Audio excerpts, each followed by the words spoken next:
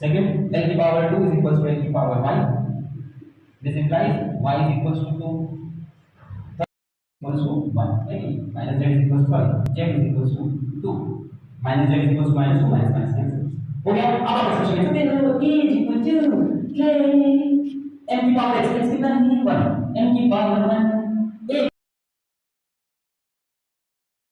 m omega square x. ये total energy होती है पार्टिकल की जो सिस्टम का आकार है. और मात्र के खिलाफ मेरा कोई इलेक्ट्रिक फील्ड नहीं होता है.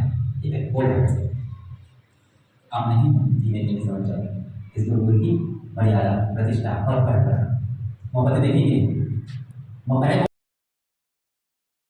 उनके लिए भी यूनिट्स को फंडामेंटल माना है.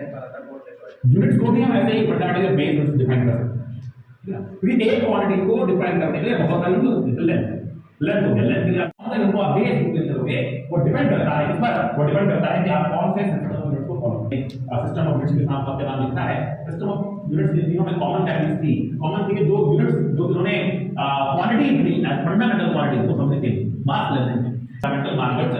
और उसके हिसाब से सीरियस यूनिट्स में C stands for centimetre, G stands for ग्राम,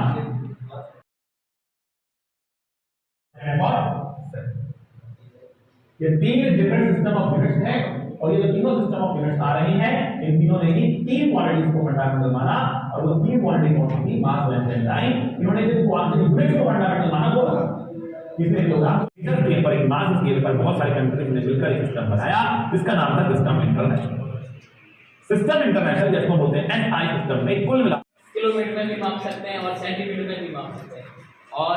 और दूरी की बात करते हैं तो एक प्रकाश वर्ष भी होता है, लाइट ईयर, जो बहुत लंबी लेंथ होती है.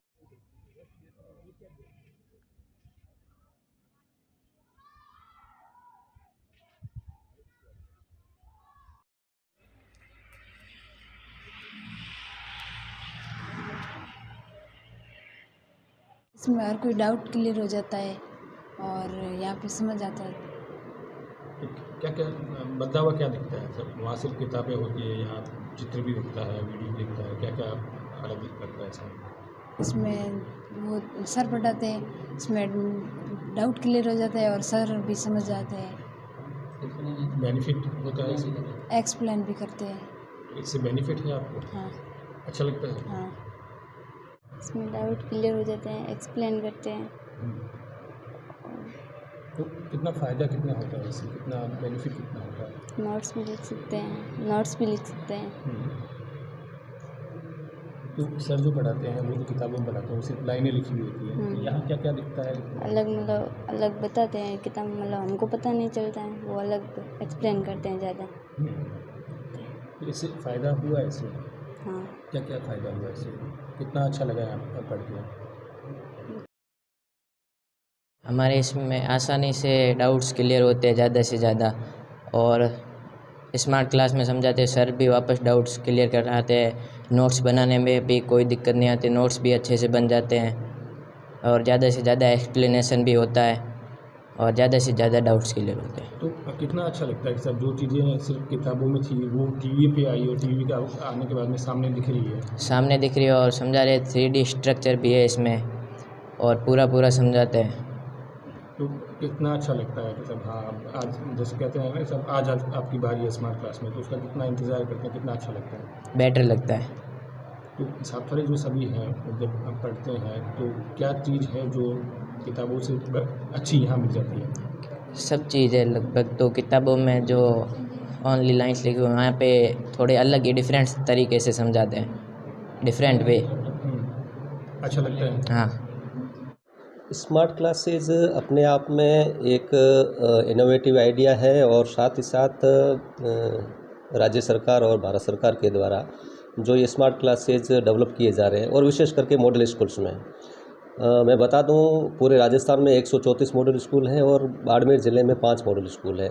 तो चौटन के इस सीमांत एरिया में आप जैसे बात कर रहे हैं कि रेती धोरे के बीच में, तो यहाँ पर स्मार्ट क्लासेज हमारे यहाँ पर 2 स्मार्ट क्लासेज हैं इस स्कूल में. तो इन स्मार्ट क्लासेज में हम बच्चों को सब्जेक्ट वाइज जहाँ टॉपिक बेस्ट तरीके से क्लियर हो सके और बच्चों के जो डाउट रहते हैं सब्जेक्ट रिलेटेड उनको किस तरह से उनको बेस्ट सॉल्यूशन मिल सके, इसके लिए स्मार्ट क्लास अपने आप में एक बहुत ही अच्छी पहल है सरकार के द्वारा.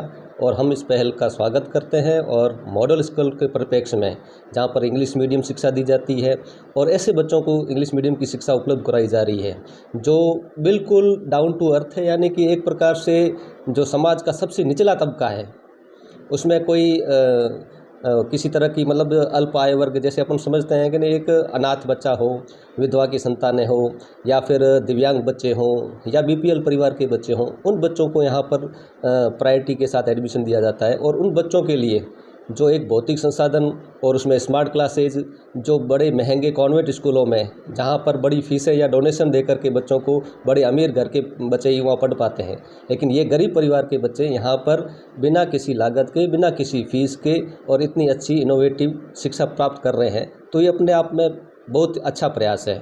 गांव देहात से जो बच्चे हैं सारे वही है, ऐसे में जब डिजिटल प्लेटफॉर्म से जुड़ते हैं तो ज्ञान में और कितनी वृद्धि हो जाती है उनके?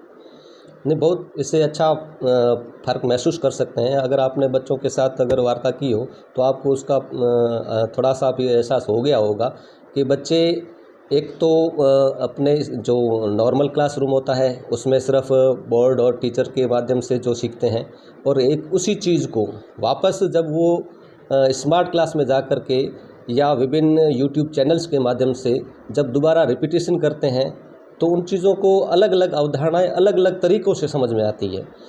एक यहाँ का टीचर समझा रहा है और एक यूट्यूब चैनल या हमारे जो सीबीएसई पाठ्यक्रम के अलग अलग जो विशेषज्ञ लोग हैं वो अपने टॉपिक जिस तरह से लेसन जिस तरह से प्रेजेंट करते हैं, तो उन दोनों को जब आपस में कोरिलेटेड करते हैं बच्चे, तो उसको कंसेप्ट समझने में और आसानी रहती है।